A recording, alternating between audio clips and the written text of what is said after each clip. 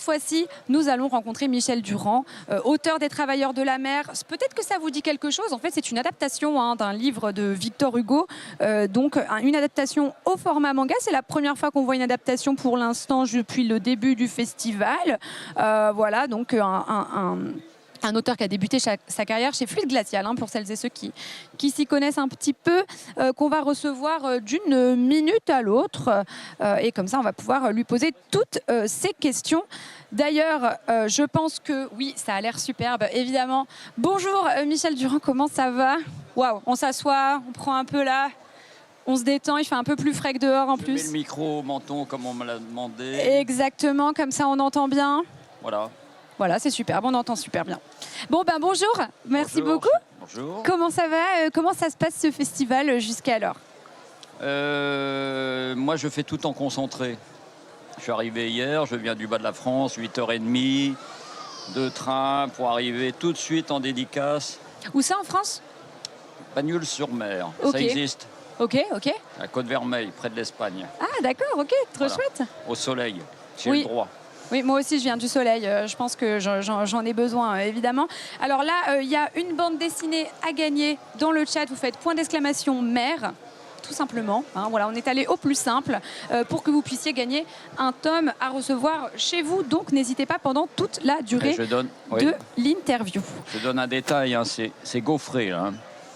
Ah oui, alors oui, justement, mais ça c'est une de mes questions pour cette interview, mais attention, ça rigole zéro. Ça rigole pas, l'objet en lui-même est juste sublime. De toute façon, ça fera l'objet d'une question à part entière. Il ne vous manque plus que le toucher à distance. Désolé, vous le saurez quand vous l'aurez soit en librairie, soit dans votre boîte aux lettres quand Glénat vous l'enverra si vous gagnez le concours. C'est embossé, on appelle ça embossage. C'est-à-dire que ça, c'est enfoncé par rapport à la masse ici. Oui, exactement, voilà. C'est ce qui fait la valeur de l'objet en tant que tel. Il y a vraiment du relief, justement. Voilà. Les Travailleurs de la mer, avant d'entrer dans le vif du sujet, de quoi ça parle? Évidemment, c'est une adaptation d'un livre de Victor Hugo. De quoi ça parle?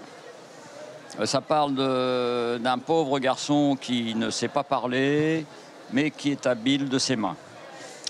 Donc, grâce à son habileté, il va sauver le moteur d'un bateau, le premier moteur d'un bateau à aube, et il aura droit à la main d'une fille qu'il convoite, enfin qu'il essaie de convoiter. Tant bien que mal. Et pendant tout l'album, il se cache derrière les bosquets pour la voir apparaître, il n'ose pas lui parler, c'est un inhibé de première, voilà, c'est dramatique. Et il aura sauvé le bateau, mais pour autant, il n'aura pas la jeune fille promise. Parce qu'un homme qui, lui, sait parler, mais qui n'est pas habile de ses mains, emportera le cœur de la jeune fille. Donc, vas-y. Complètement. C'est donc une adaptation d'un roman de Victor Hugo. Qu'est-ce qui t'a donné envie d'adapter ce livre au format bande dessinée? Je l'ai trouvé dans la rue, comme un pauvre petit enfant. On appelle ça les boîtes aux livres, vous savez, qu'on trouve au coin du... Voilà, je l'ai trouvé. J'avais jamais lu de Victor Hugo. Et j'ai pleuré. Vrai. Et j'ai pleuré. Voilà. Donc dans une boîte à livres, c'était un peu un coup de magie, quoi. C'était là et J'étais parti sur un autre projet plus moderne sur les Femen. Et grâce à ce hasard, j'ai pu transformer mon dessin et faire un dessin type gravure. Mais c'est un pur hasard. Donc voilà, c'était le premier livre de Victor Hugo que tu lisais à ce moment-là. J'ai jamais lu de Victor Hugo. Ouais, c'est fou, franchement. C'est rare, mais ça existe. Et c'est marrant parce que cette rencontre inopinée avec un livre, au final, a donné lieu à une bande dessinée. Et hier, je parlais avec Xavier d'Horizon et il me disait que lui aussi, quand il a fait Jakarta 1629, il était...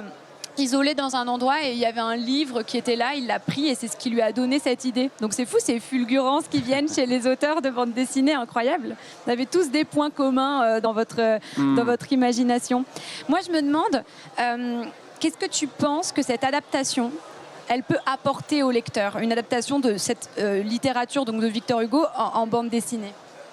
Eh bien, pour ceux qui ne veulent pas se tartiner Victor Hugo, qui est un pensum assez souvent parce qu'à l'époque, il y avait des longueurs quand même. À l'époque, par exemple, de la montée en puissance de la technique, Il y a des descriptions de bateaux, de navires, de moteurs à l'infini, avec les boulons, etc. Il fait même une présentation de Guernesey, là où se situe le propos, en racontant ce qu'il y a comme faune, comme flore. C'est absolument pas utile pour la lecture. Donc grâce à cette bande dessinée, qui est très bien faite, N'est-ce pas? on a du texte qui est résumé par des illustrations en bande dessinée, des illustrations en bande dessinée. C'est-à-dire qu'il y a, c'est de la bande dessinée, mais avec peu d'images par page, avec une narration traditionnelle. Et j'ai fait en sorte que les images prolongent vraiment le texte, ou comblent certaines... ou remplissent certaines longueurs de texte. Voilà. Parce que ça doit être un exercice qui est particulier de transposer un roman au format bande dessinée, parce que j'imagine que tu ne veux pas, entre guillemets, tout simplement, rien n'est simple, hein, mais tout simplement transposer le texte brut, parce que ça ferait des longueurs. En plus, Victor Hugo, on connaît sa plume. Ouais. Là, par le dessin, tu peux montrer quelque chose qui prenait peut-être 15 lignes, une page entière, en fait. Exactement. Moi, j'ai eu cette chance inouïe que de tomber sur un livre pour adolescents. En plus, c'est une version expurgée, déjà. Donc, c'est vrai, d'accord. Voilà, donc, voilà, oh, parce que moi, merci la boîte à livres. Hein. Merci la boîte à livres, parce que moi, je suis allé sur Internet, j'ai commencé à lire le texte original. C'est un peu lourd, un peu dur à voiler. Donc peut-être que c'est une porte d'entrée au livre de Victor Hugo, c'est vrai, de cette adaptation au format bande dessinée. Moi, je trouve ça super intelligent. Moi, je l'aurais jamais lu, hein, Les Travailleurs de la mer de Victor Hugo. Si on me l'avait pas imposé à l'école à l'époque, peut-être que là, je l'aurais lu. Là, c'était un moyen pour moi d'avoir accès à cette œuvre de Victor Hugo. Et en plus de ça, en images, c'est sublime. Donc, très bien, cette porte d'entrée. Et je pense qu'en effet, il n'y a pas grand monde, ou en tout cas, peu de lecteurs débutants ou carrément pas de lecteurs qui pourraient ouvrir un gros livre de Victor Hugo, quoi. L'œuvre se déroule à Guernesey. Oui. On y trouve des lieux bretons emblématiques. Je pense à la paroisse Saint-Sanson, etc. Toi-même, tu es de Quimper. Oui. Et à quel point est-ce que la Bretagne et sa culture t'inspirent et sont impliquées dans ce récit? Il n'y a pas de lien. Il n'y a pas de quoi? Il n'y a pas de point commun. Seulement que j'ai peur de la mer, voilà, comme beaucoup de Bretons. Parce que les Bretons avant étaient terriens. Et ils n'abordaient jamais le front de mer. C'est vrai? Ah, c'est vrai, ça n'existait pas. Pour eux, la mer n'existait pas.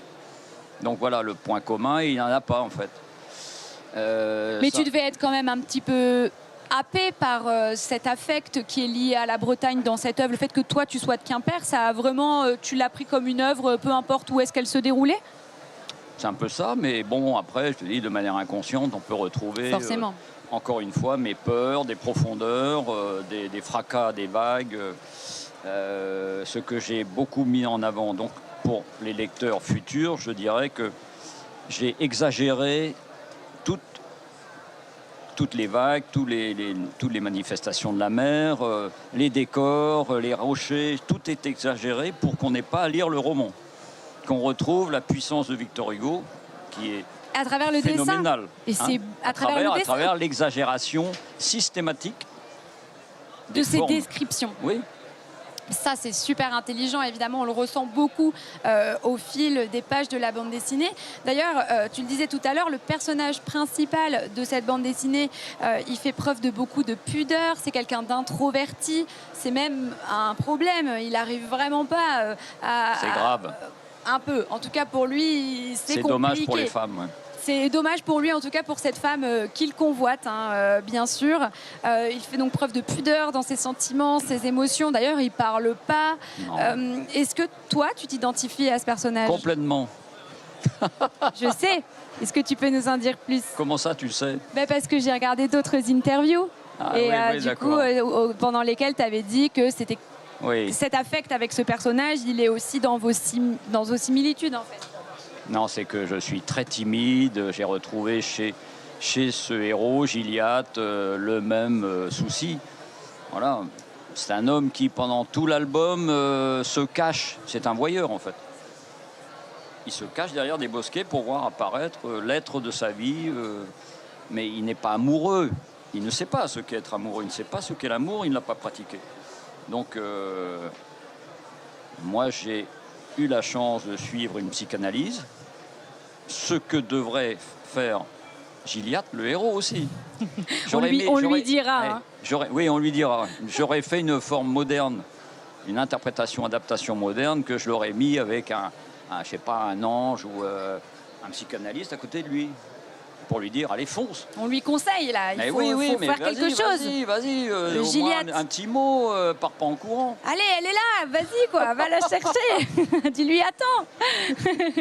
Donc oui, forcément, donc il y a beaucoup de toi dans ce personnage. Et puis peut-être que toi qui as fait ce travail sur toi-même, tu le voyais spectateur de cette histoire. Et puis... Mais moi, ça m'a scandalisé, je le redis, ça m'a scandalisé. Je comprends. Je l'ai arrêté.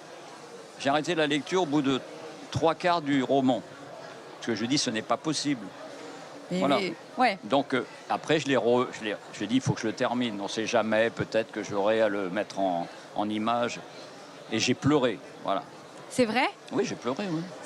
C'est rare de pleurer en lecture. Je trouve que parce que c'est vraiment un moyen faut qu'il aille nous chercher. Il faut que le livre, il aille nous chercher pour qu'on puisse verser des larmes. Donc c'est dire à quel point c'est poignant. Moi, je pense que j'ai pleuré à 2 livres maximum que j'ai lus dans ma vie. Donc c'est vraiment que, en même temps, avec la plume de Hugo, ça vient nous chercher assez loin, j'imagine. L'œuvre originale des Travailleurs de la mer et la bande dessinée, évidemment, ils abordent la notion des castes sociales. Oui. Est-ce que, selon toi, ce récit sur les castes sociales, etc., c'est toujours d'actualité aujourd'hui ?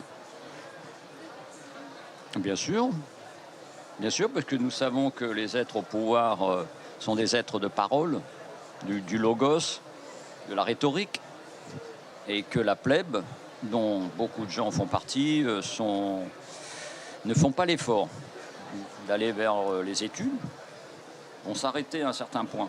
Et les hommes qui arrivent au pouvoir ou à des postes importants font l'effort stratégique d'apprendre.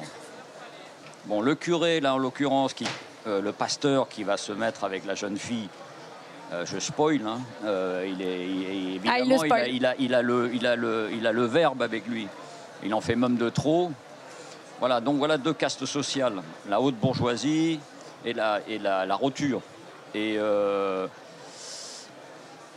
oui, c'est très évident chez Victor Hugo, hein, c'est classique même. Donc ça traverse les âges, finalement. Ça traverse les âges, finalement. On a encore ce genre de problématique qu'abordait déjà Hugo à l'époque. Oui, mais bien entendu. En plus, c'est un féministe, avant l'heure. C'est un abolitionniste, puisqu'il y a un noir qui est appelé autrement d'ailleurs dans le texte. Hein. Je ne vais pas le dire là. Ah oui, surtout pas. Parce qu'en plus sur Twitch, c'est banni instantanément. Ah d'accord. Ah, bon, oui. on a compris, parce que j'ai tenu à garder bien évidemment les extraits que j'ai sortis du texte. Sont comme des petites pépites c'est le texte de Victor Hugo, des extraits, mais qui sont bien sentis. C'est instinctif, hein, avec des rappels de la langue qu'on a voulu me faire changer. La correctrice de Glénat a voulu faire changer, mais je lui ai dit non, ne touche pas, c'est Victor Hugo. Il faut qu'on sente que c'est du vécu, c'est du 19e. Je comprends, bien sûr. Voilà, non, je pense que... tu penses que c'est un récit... Il y a même, excuse-moi, mais il y a même l'histoire d'argent. Oui. Qui distribue les rôles sociaux aussi. Hein, le propriétaire du bateau qui, pour la première fois, va mettre un moteur sur un bâtiment pour éviter les dommages du temps, hein, des tempêtes, etc. Ce sera le premier moteur à aube du 19e siècle. Donc il sait qu'il va faire beaucoup d'argent. Donc il a une place dans le village, du coup. Et il va gagner beaucoup d'argent. Donc, voilà. Donc c'est toujours le même principe. Hein. Donc toujours régie autour de l'argent. Il faut absolument qu'on parle de ton dessin. C'est sublime, c'est des véritables gravures sur bois. Ouais. Est-ce que tu peux nous expliquer comment tu procèdes ? Je l'ai dit peut-être ailleurs, mais je suis un suiveur. Il y a un dessinateur qui s'appelle Franklin Booth, alors j'espère bien le prononcer, un Américain du début du XXe siècle, qui lui copiait les dessinateurs du XIXe siècle. Et il pensait que c'était fait à la plume. Donc, il a recopié les dessins du 19e siècle à la plume et il a réalisé plus tard, après avoir mis en place sa stratégie graphique, que c'était en fait des gravures sur bois. Il a copié des dessinateurs. Il s'est trompé. Sans savoir. Moi, j'ai copié quelqu'un qui s'est trompé. Mais comme moi, c'est pas mon dessin, j'ai encore changé de monde graphique pour pas m'emmerder, quoi. Pour renouveler un petit peu. Pour renouveler, je me suis exercé à copier ce Franklin Booth, mais de façon systématique. C'est-à-dire j'avais l'IMAC avec les milliers de photos que je copiais. Je regardais à chaque fois quelle était la technique pour pas revenir à ce que j'ai appris moi. Mes tics, j'ai des tics de dessinateur, comme Depardieu a ses tics d'acteur. Oui, et pas largement. Donc, voilà, je ne sais plus ce que je disais. Là. Et donc, du coup, ces traits donc de gravure sur bois, tu joues aussi beaucoup avec le clair-obscur. Oui. Et en fait, c'est des traits parallèles qui sont sous forme de grilles. En fait, tu avances avec un système de grilles. Exactement. Ce sont des grilles, je dirais même plus de la marqueterie. C'est de la marqueterie. C'est-à-dire que les orientations variées des lignes vont sculpter une forme.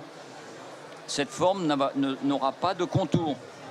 Donc la lumière peut entrer dedans. Enfin, ça, c'est très subtil.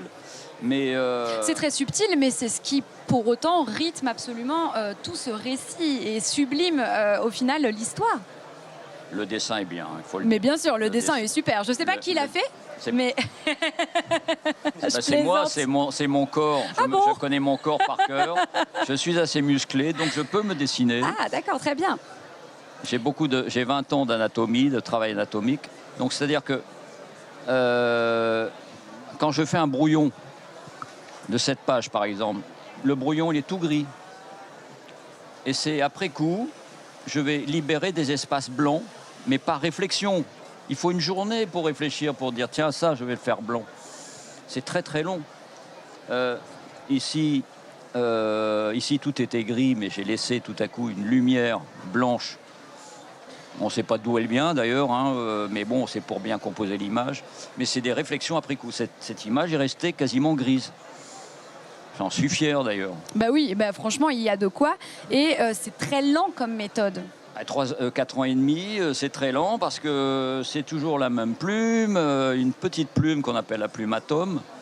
Et pour faire des traits plus gros, comme ceci, attends, je vais tomber du coup. Oui, attention, ce siège est un peu bancal. Attends, je vais entrer dans l'eau là. Mais ça, c'est des traits que j'ai.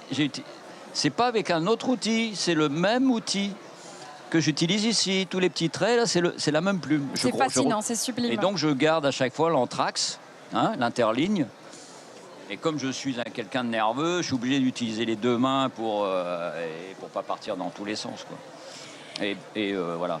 Et on en parlait au début justement de ce live, on parlait de la couverture, au final qui fait très un petit peu Art Nouveau, je trouve, Lovecraft aussi. J'enlève mes cheveux parce que ça chauffe. On enlève les cheveux là, ça chauffe trop, il fait trop chaud.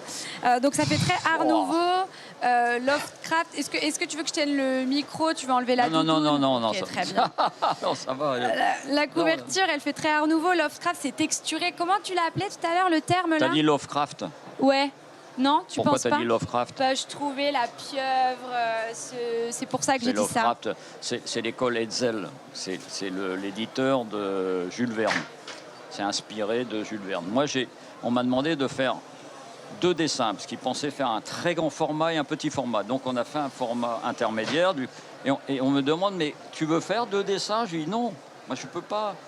Ça va me prendre 1 mois ou 2 mois, vu le temps que je passe dessus, donc c'est pas rentable. Du coup, ils ont pris des extraits de mes dessins. Ça, c'est un agrandissement d'une des cases. Et c'est la maquettiste qui s'appelle Laurine, je crois, de Glénat, qui a tout fait. Eh ben, bravo à elle. Donc, c'est génial. Parce que justement, je trouve que c'est un très bel objet. Et en fait, ça m'a fait penser à toutes ces belles éditions de livres qu'on voit. Les éditions de Victor Hugo, la version pour adolescents qui va être un petit peu édulcorée. Mais il y a aussi les magnifiques livres avec des belles couvertures, avec de la texture différente. Oui, précisons que la caméra. Wow. Précisons que c'est Le toucher, il est comme de la quoi, des fibres. Bah, en Enfin, fait, c'est des fibres. comme Hein. du papier, quoi. C'est très textile. Ça a un nom, ça. Voilà. Bon, c'est magnifique, hein, vraiment. Hein. Donc, et là, c'est lisse, donc en volume. Et moi, je suis très content. Bah, bravo. J'ai rien eu à faire, simplement de décider de cette couleur bleu-grise, là. Parce que ça se voyait mieux en librairie, quoi. Ouais, avec cette magnifique typographie de côté. Bon, après, il y a des gens qui vont râler, qui vont dire mais quoi, on peut pas trop lire Ah bon, qui râle? Hein? Qui est-ce qui râle? Ben, il y a toujours quelqu'un qui va râler. Bon, on va aller le voir. Moi, hein. moi, je vais vous dire, il y a des gens qui râlent. Moi, j'en fais partie. Donc, il y a une dame qui m'a dit, une jeune femme qui est prof d'art plastique, me dit tu ne peux pas faire cette fin, parce que la fin est terrible. Là, on perd des lecteurs, mais la fin est très dure. D'accord. C'est triste. Donc, moi, j'adore Spielberg, me dit-elle. Ah, j'ai dit oui, évidemment, Spielberg. Moi, j'ai le numéro de téléphone de Victor Hugo. Si tu veux changer la fin, tu l'appelles. On lui demandera de la changer. Et j'ai une table tournante, parce qu'il pratiquait ça à fond la caisse. Donc, tu l'as. Non, mais. En plus, oui, non, mais de mettre ça sur la tranche, moi, j'ai aucun problème. En plus, j'ai mis Michel Durand tout petit, parce que Michel Durand, on s'en fiche. Et Victor Hugo Et en Victor plus Hugo grand. en plus grand. J'aurais pu même plus grand, même. Bien évidemment. Voilà. Eh bien, merci beaucoup pour cette interview. Est-ce qu'il y a des projets pour la suite, Michel Ouais, Durand? j'ai pas le droit d'en parler, mais ça pourrait être dans la même nature graphique. Oh, très bien, ok. Ben, Je suis parti pour 7 ans de travail. on a hâte de voir ça du coup. Merci beaucoup, Michel Durand, pour cette interview. Bonne Magnifique. fin de festival.